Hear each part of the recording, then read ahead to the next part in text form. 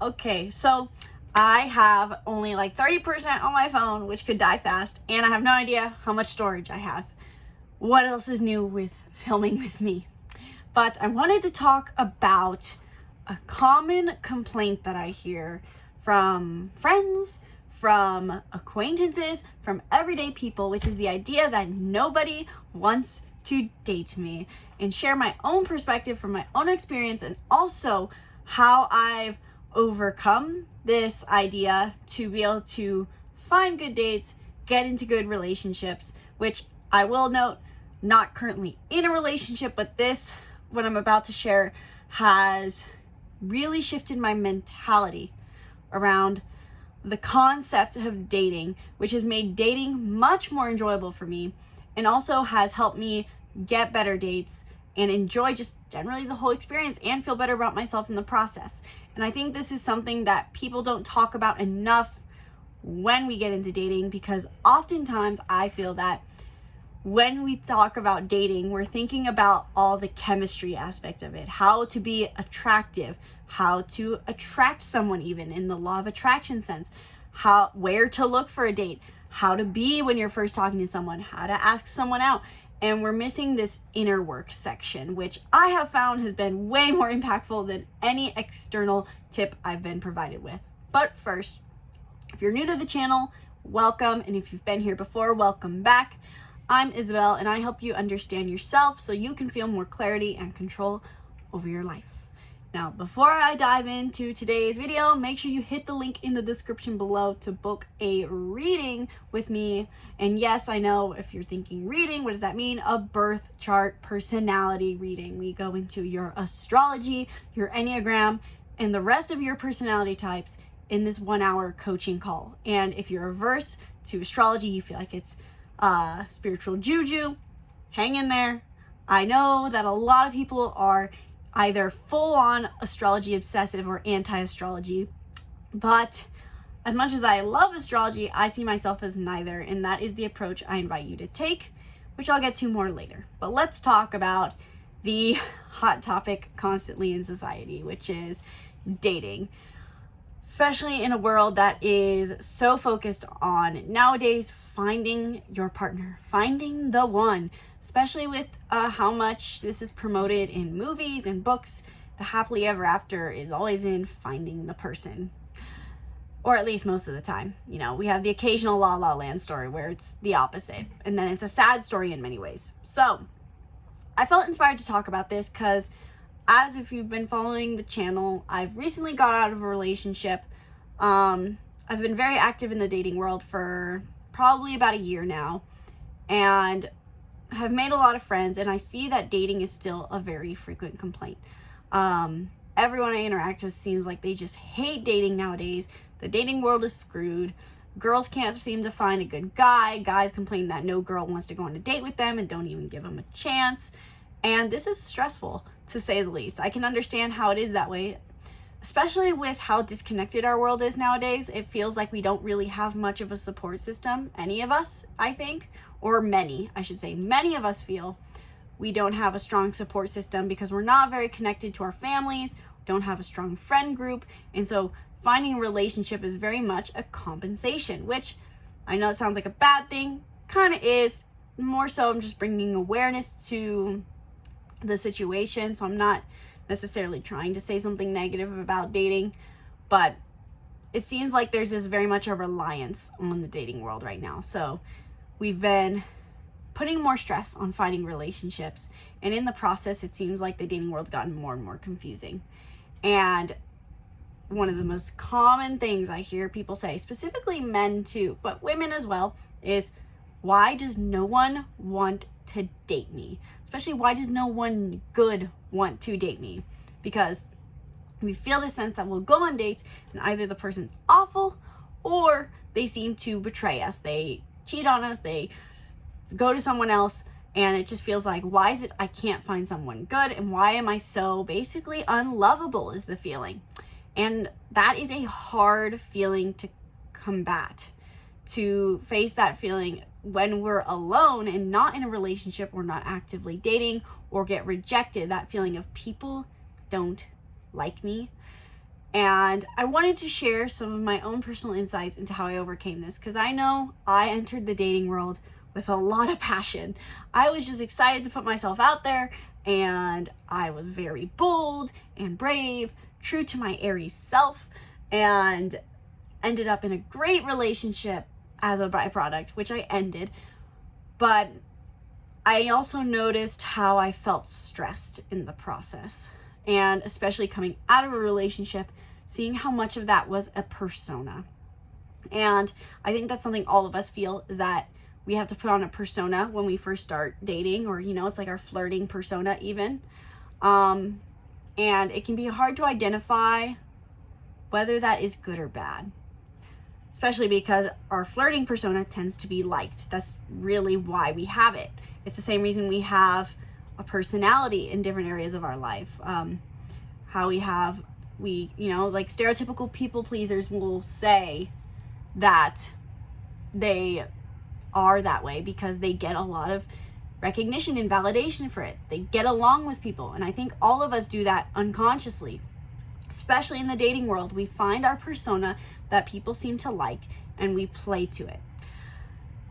And there's a reason for that too, that I want to break down even further, because I noticed I had that. But to identify the difference between my dating self, my relationship self, and my other aspects of myself, my whole self, is hard. But there's one specific way that I found really helped me work through this, and that is astrology. And there's some other aspects to that too, but I really want to focus on astrology for this part, because astrology is really embraces the idea that you're a multifaceted being. You're not just a square, you're a Rubik's Cube with multiple colors, multiple sides. And we get stressed in life and frustrated when we get caught into one aspect of ourselves. When people paint us with what is, I think the phrase is, a broad brush. People paint us in one color, so to say, simplify us. And I think that's what happens in the dating world.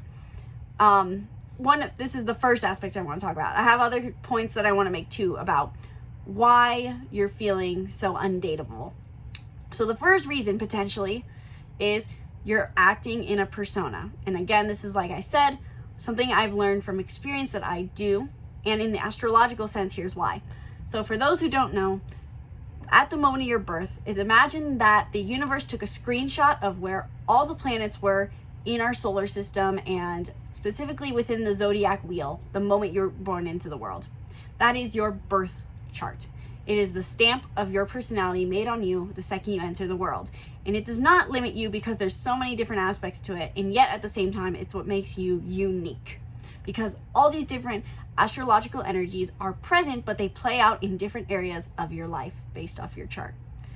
In astrology, there's an aspect called the fifth house, which shows us what our dating persona is.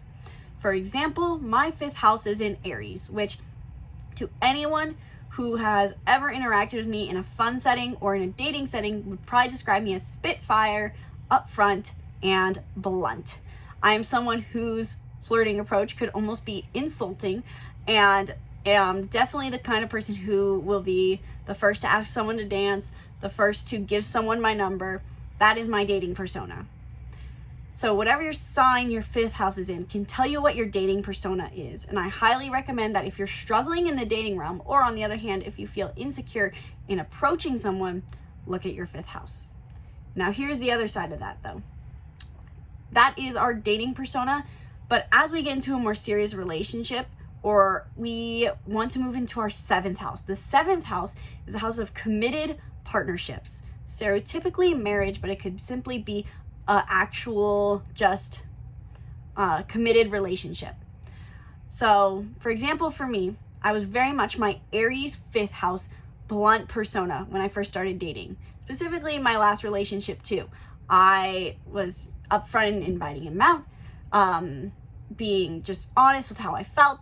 And then as we got more committed in the relationship, I wanted to move into my seventh house in Gemini and my Cancer moon in seventh house. So instead of being more focused on being blunt and bold, I wanted to be more curious and have new experiences, be social. I wanted someone who's curious about me. And on top of it, with my Cancer moon, my emotions being in my 7th house of partnership, I wanted someone who wanted to nurture me. So basically, what I'm trying to say is, while our 5th house is how we tend to be in dating, I think people often feel they get caught in that and they don't know why they're feeling unfulfilled in the relationship, because you're meeting each other at a different place than how you're going to grow together. And so looking at your 7th house will then tell you what you're going to actually expect from a relationship rather than the persona you're going to take on to attract someone. And there's multiple aspects to this too, including Mars and Venus, which really play a role. They can tell you more so what you can do to appear attractive and how you want to be in a relationship and your masculine and feminine energy. But the 5th house really is a good start to look at. Looking at your 5th house and asking yourself, what is my dating persona, versus looking at your 7th house and looking at, what do I expect from a relationship? And so I think this is also too, just even in a non-astrological approach, a huge reason why people feel that they are undateable or they feel like no one wants to date them is the fact that there is not ever often clear expectations on what we want from a relationship and what kind of person would fit that. We get so caught up in the chemistry, especially because modern society and movies portray that chemistry is love, not just the beginning phase and the fun of love. We think that we should be in this chemistry persona that we never get to evolve into basically a committed partnership level. The 7th house really implies how relationships are like a contract. They're an agreement. It means someone who meets those agreements is what you should look at. Now, one note is, if you're asking yourself, okay, so does that mean someone needs to have the same 7th house sign as me? If, for example, I have a 7th house in Aries, do I need someone who has a 7th house in Aries? No, it's just more so recognizing the archetypal energies that may be present. And again, if you're not into astrology, I invite you to still to look at this with an open mind and see if it helps you in the dating world. Looking at what your dating persona is versus what you expect in a relationship can be a really simple way to maybe not even necessarily change your behavior, but know what you're looking for. Because we are going to want to be someone different in the first dating phase than when we really trust someone deeply and commit to them. But knowing what you're looking for and knowing how you're going to be, rather than doing it unconsciously, can help us move in the right path. Because oftentimes, I think the reason we feel so undateable too is that once people see this different side of us, basically what I think happens is while we're dating, while we take on this persona at first, we're deep down looking for someone who shows the qualities that we feel we can commit to. But if we're seeing the qualities in their first dating persona, it may be something very different in actuality, because the 5th and 7th house cannot be in the same sign, or actually very, very rarely. It has to be quite impossible. So I've never seen it. So basically, we have to have that clear expectation, and astrology can help us identify what our own expectations and desires are, what our needs are in a relationship. And again, there's other parts of our chart that play a huge role in this. So if you want to understand more on how you can use astrology to help you in your dating life, to find your right partner, or even just enjoy dating more, then book a reading in the link in the description below, where we dive deep in 1 hour. And on top of it, we can find not only just what you should be in the relationship, but also what kind of partner you can manifest or you should be looking for, all in a reading. The other aspect I wanted to talk about that is a much different approach that I think really plays a factor in why people feel so undateable is simply the concept of attraction, of belief, let's call it. This is something that I have been focusing more on just in other aspects of my life and my career and in my sense of self, that Abraham Hicks talks about, which is giving the idea a rest. It's almost like we're so focused on the problem that we don't let it rest. We don't let it go away. It's like we're holding on to something we want to let go into the breeze, but we can't just release it. And so I think a lot of people, and I know for myself, in my relationships, as it's even played out, feel this sense of, I'm unlovable, why does no one want to date me? And therefore it perpetuates the problem. If we're walking around constantly justifying why people don't want to date us, then people pick up on that. And if you don't believe that's true, if you don't believe that people can read energy, have you ever been walked into a room and could tell when people were talking about you, specifically talking bad about you? You feel that. There's an awkward silence. There's an energy there that's present. Have you ever been able to tell when someone's holding in a lot of emotion? You can read that on people. Have you ever been able to tell when someone just had a really good experience? Energy is present, and people can pick up on that, even if it's just through body language. And if we're constantly telling ourselves, no one wants to date me, that shows up. So seeing if you can give the belief a rest and just let it go, maybe even just taking a step back in actual dating and focusing on other things, oftentimes can bring the best situations. You know, technically, like I said, I was very active in the dating world, but when I met my last relationship, I kind of was in a phase where I was open to dating, but I wasn't necessarily pursuing it as heavily as I was before. I kind of was just more focused on friendships at the moment. And so it just so happened that I met this guy and we vibed, we clicked. So paying attention to the belief too, I think, is really big, especially in the dating world nowadays, because really not only does astrology really shows not destiny, tendency, yes, not destiny. It shows our tendency, but it can also kind of indicate some of our beliefs too that we play out. You know, for example, I was saying how the 5th house shows our dating life, our dating persona. And I noticed for myself that I can see that this is kind of a belief I play out. So my 5th house in Aries means I like to be bold in dating. I like to be upfront and honest.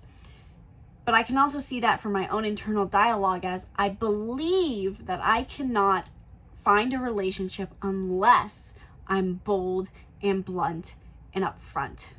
So notice if there's a belief in that too, because then I would also recommend, if that's what you feel and that resonates for you, once you look into your 5th house, if you're a girl, look at your Venus, and if you're a man, look at your Mars, because that is the true masculine and feminine archetype that you should embrace. So for me, I know I do play out a upfront persona in dating, which can sometimes serve me, but I also have this belief that I will not be able to find someone unless I'm the upfront one.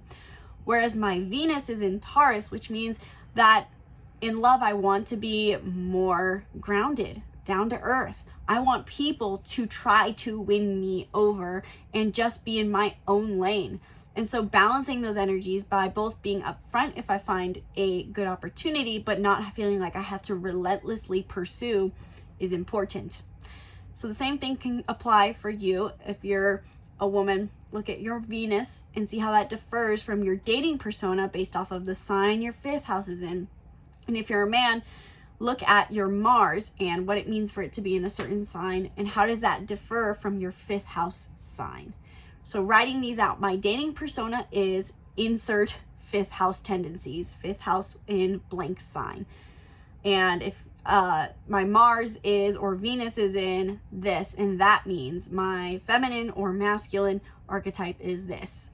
The other thing too I want to touch on is that there's a phrase that has now been coined nowadays that is Soy Boys.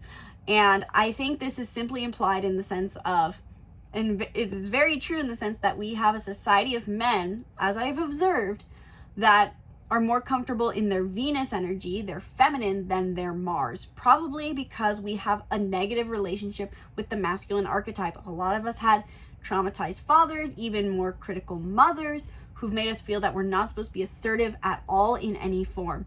And so this idea of leadership and masculine energy has been foregone and rewarded instead with our Venus energy. So I think we have a lot of people and men in our society specifically, which I'm not doing this to like put you guys down, only to observe that. Look at your Venus too, maybe. See if you're really strong in your feminine energy, and maybe you just need your masculine energy.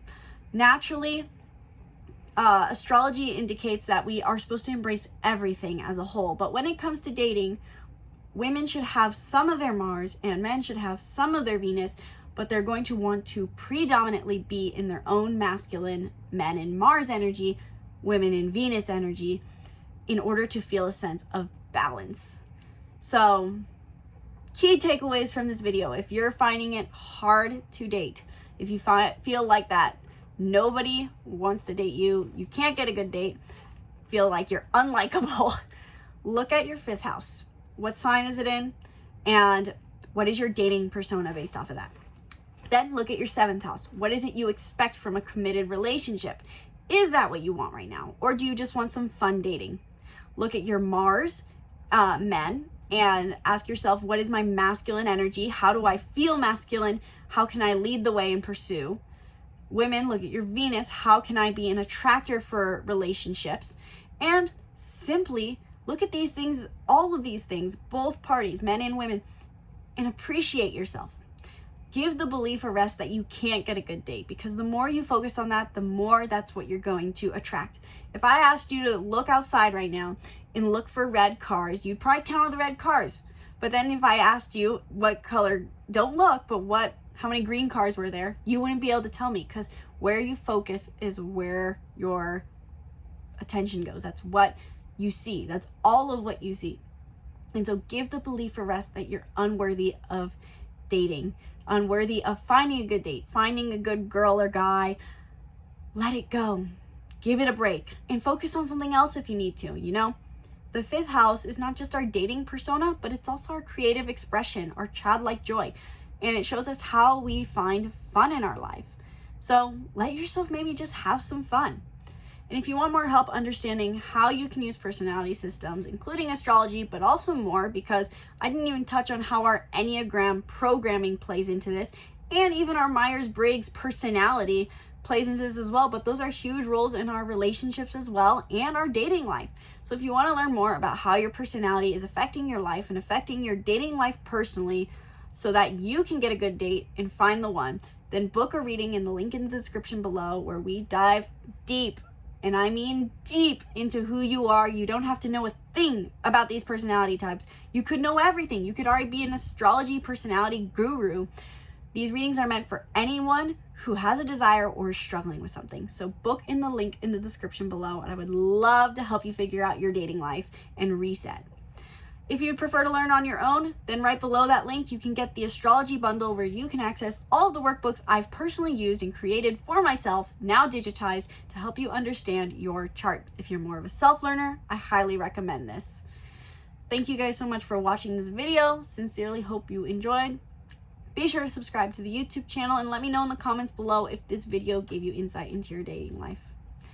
Once again, my name's Isabelle, and from my heart to yours, namaste.